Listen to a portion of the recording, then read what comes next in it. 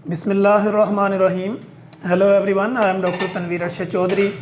जैसा कि हमारे तमाम viewers, follower, patient, friends and families जानते हैं कि हमने हमेशा करंट इशू को टाइटल करने की कोशिश की है और हमारा बेसिकली वीलॉग बनाने का पर्पस भी ये होता है कि जो भी हम करंट कंप्लेंट्स अपने क्लिनिकल ट्रायल में या अपने व्यूअर्स के कमेंट्स में देखें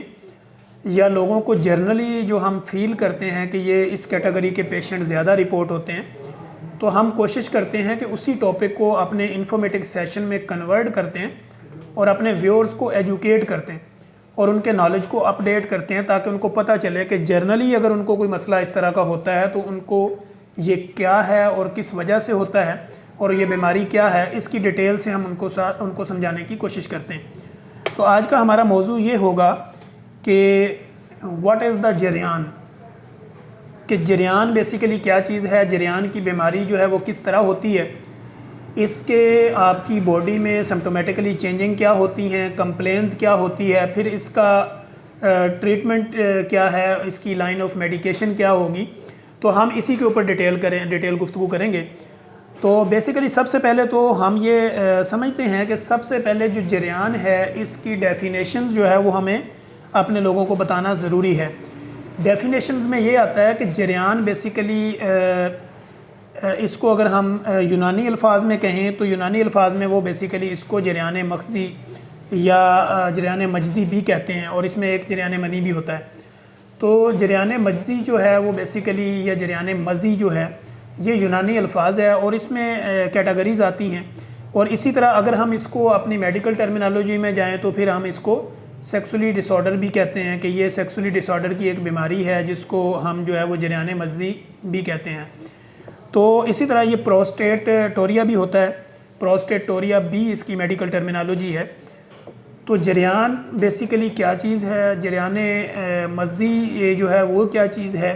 जरियान मनी क्या चीज़ होती है। तो आज हम बात करेंगे जरियान मज़ी के ऊपर। ये सेक्सुअली डिसऑर्डर की एक बीमारी है जिसको हम प्रोस्टेटोरिया भी कहते हैं।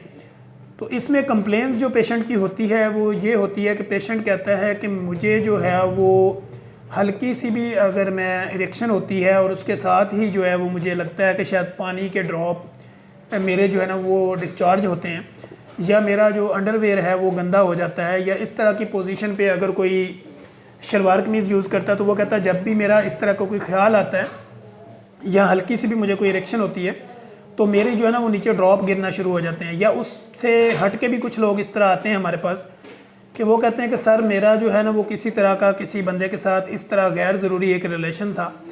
या मैंने किसी भी सेक्स वर्कर्स जो है उसके साथ कोई मैंने इस तरह का इंटरेक्शन किया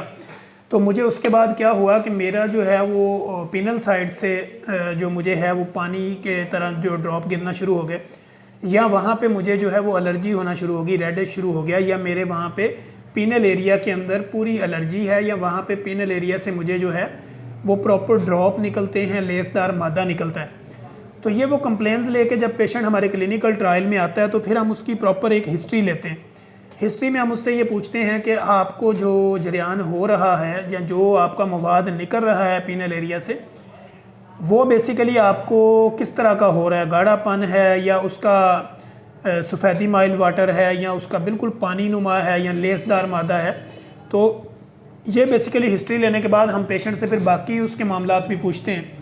कि आपने जो है वो कब जो है ना वो आपने इस तरह का अमल किया या इस तरह के आपने सेक्सुअल रिलेशन रखा किसी सेक्स वर्कर के साथ।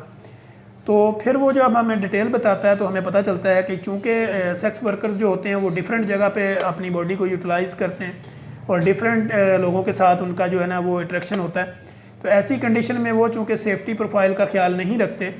या उन्होंने कोई भी कॉन्ट्रासेप्शन यूज़ नहीं किया होता है तो ऐसी कंडीशन में वायरल इन्फेक्शन या बैक्टीरियल इन्फेक्शन भी फैलता है,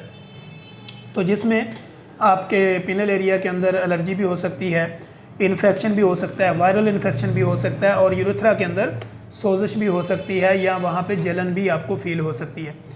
तो ऐसी कंडीशन के अंदर जब हम पेशेंट से ये सारी डिटेल ले लेते हैं तो फिर हम पेशेंट को काउंसल करते हैं।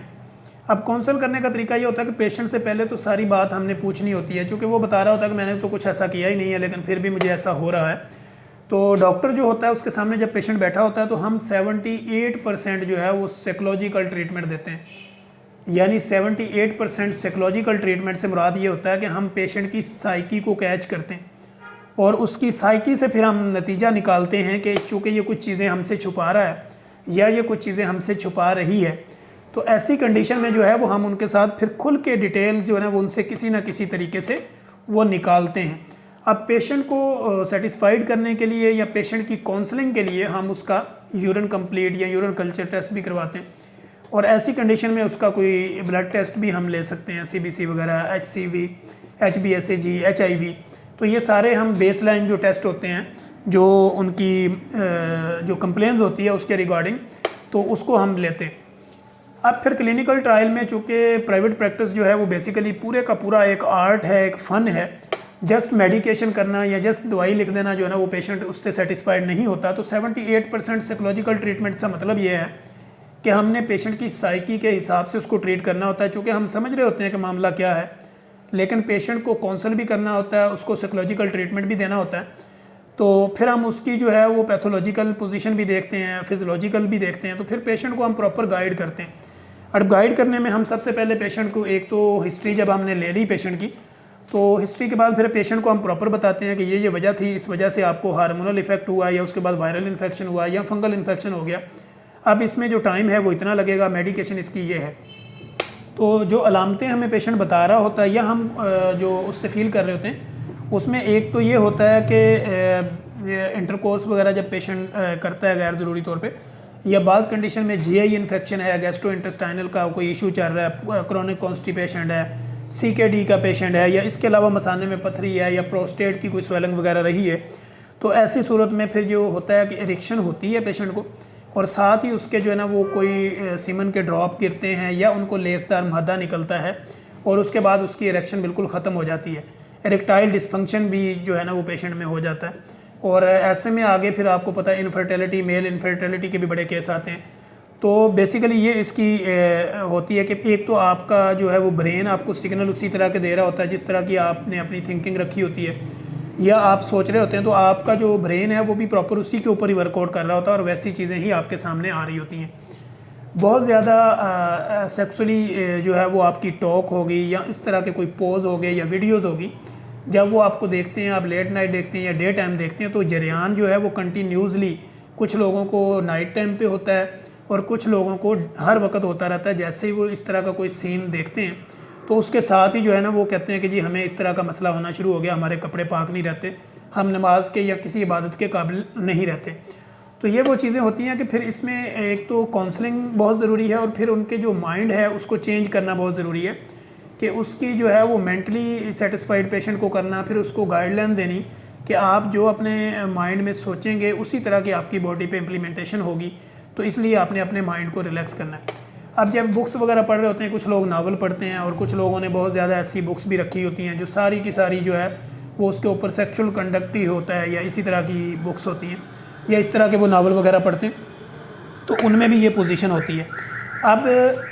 एक तो ये हो गया कि सबसे पहले पेशेंट को इससे होता क्या, जब ये वाली चीज़ें पेशेंट को हो रही होती हैं, एक तो पेशेंट अपने आप को कमज़ोर फील कर रहा होता है, उसकी रंगत चेंज हो जाती है, डिहाइड्रेशन में जाता है, आंखें खिंच जाती हैं और ब्रेन कमज़ोर हो जाता है, बाल गिरना शुरू हो जाते हैं। कुछ पेशेंट ऐसे होते हैं जिनकी नज़र कमज़ोर हो जाती है। तो ये वो पोजीशंस होती हैं जो पेशेंट हमें बताता है या हम उसको देखते हैं। तो उसकी डिहाइड्रेशन को पूरा करने के लिए फिर हम प्रॉपरली जो है वो उसको ड्रिप वगैरह मेंटेन करते हैं या निमकोल का इस्तेमाल करवाते हैं। फिर मेडिकेशन में जब हम आते हैं तो पेशेंट को मेडिकेशन में हम देखते हैं कि अगर तो एंग्जाइटी वगैरह में है, एंग्जाइटी में पेशेंट है, डिप्रेशन में है, तो उसको जो है वो डिप्रेशन और एंग्जाइटी की दवाइयाँ हम यूज़ करवा देते हैं। या सम कंडीशन में वायरल इन्फेक्शन है तो एंटीवायरल देना पड़ती है, बैक्टीरियल है तो एंटीबैक्टीरियल देना पड़ता है, और इसी तरह फंगल है तो एंटी फंगल उसको यूज़ करवाना पड़ता है ताकि पेशेंट को बेस लाइन उसके हम टेस्ट करवा लें। उसके बाद उसकी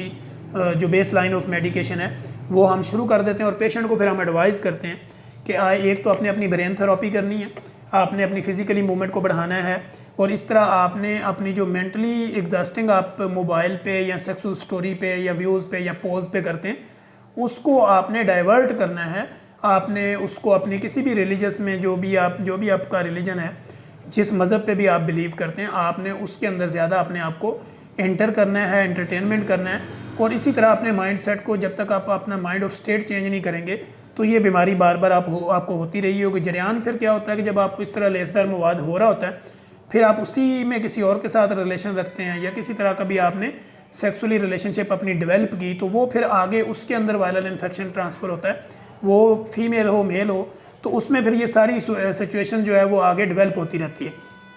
तो जब भी आपको जरियान हो, सबसे पहले अपना इलाज करवाएं, प्रॉपर डॉक्टर के पास जाएं, क्योंकि इसका इलाज मुमकिन है, 100% मुमकिन है। और कई जो हमारे दोस्त होते हैं, जो पेशेंट होते हैं, वो चले जाते हैं किसी नॉन क्वालिफाइड बंदों के पास, उनको चूँकि इसका प्रॉपर इल्म नहीं होता कि वायरल इन्फेक्शन क्या है, बैक्टीरियल क्या है, फंगल क्या है, या सेक्सुअली डिसऑर्डर क्या है, या प्रोस्टेट टोरिया जो है वो बेसिकली क्या बीमारी है, तो वो फिर आपको गलत गाइड करते हैं। वो हल्की फुल्की फकियाँ और इस तरह की आपको जो है वो अर्क वगैरह पिलाना शुरू कर देते हैं, मजूने खिलाना शुरू कर देते हैं। उससे क्या होता है कि आपकी वो बीमारी का जो पीक टाइम होता है, जहाँ पे बीमारी को रिकवर किया जा सकता होता है, तो वो आप निकाल देते हैं। जब वो टाइम गुजर जाता है तो फिर आपकी बीमारी जो है वो कॉम्प्लिकेटेड हो जाती है, उसमें फिर हमें काम करने में ज़्यादा दिक्कत होती है। तो इसलिए हमेशा कोशिश करें कि जब भी आपको इस तरह का कोई